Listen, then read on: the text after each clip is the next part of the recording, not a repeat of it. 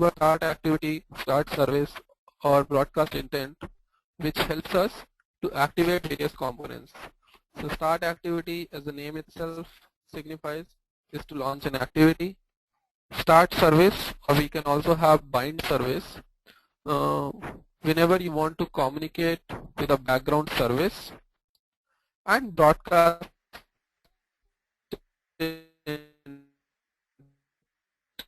and last receiver component. So, and in case of content provider, the fourth component, we already saw that we need to call content resolver API to connect to content provider. So there is no activation as such required for a content provider. So when we pass these intents to these functions like start activity or start service, what kind of information is carried in it? It carries an action which tells what general action needs to be performed. For example, if you are trying to make a call, you may give an action call, or if you want to edit a document, you may say action edit. So what general action needs to be performed? The second thing is on what data this action has to be performed.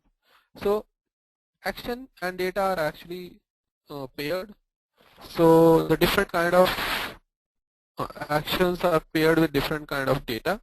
For example, if your action is action edit, your data field should contain a document which has to be displayed for editing.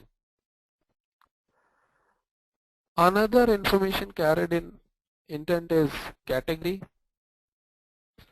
which contains additional information about the kind of component that should handle the event. So this category tells which kind of component can handle the event. For example, you have a hyperlink. Your category may be category browsable, which can tell you what kind of component can handle it.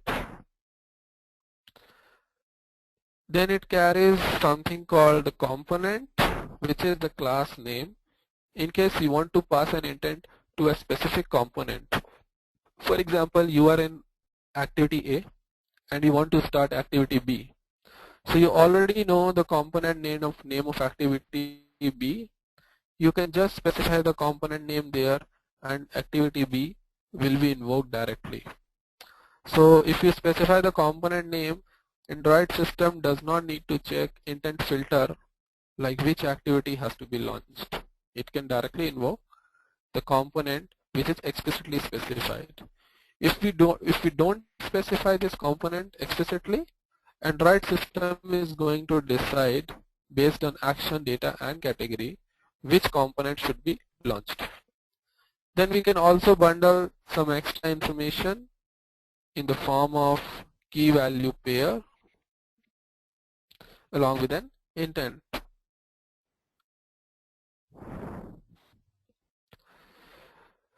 We just talked briefly in the last slide about the component name. What happens if we specify the component name or if we don't specify the component name? So there are essentially two kinds of intents, explicit intent and an implicit intent. Explicit intent in which we designate the target component. We specify the component name, and in that case nothing specific is required. Android system just launches that component. But in case of implicit intents, we do not name the target, and Android system must find the best component or a number of components. In case Android system finds more than one component, then Android system may give this option to the end user by listing all the components and let the user choose and decide which component he or she would like to launch. So how Android system resolves that? Android system compares the content of intent object against intent filters. So whenever my application wants to listen to a specific intent, I need to define an intent filter in a file which is called Android manifest.xml. We are going to look at that file also in coming slides. And this file helps Android system to compare the intent object and decide which all components can handle this intent.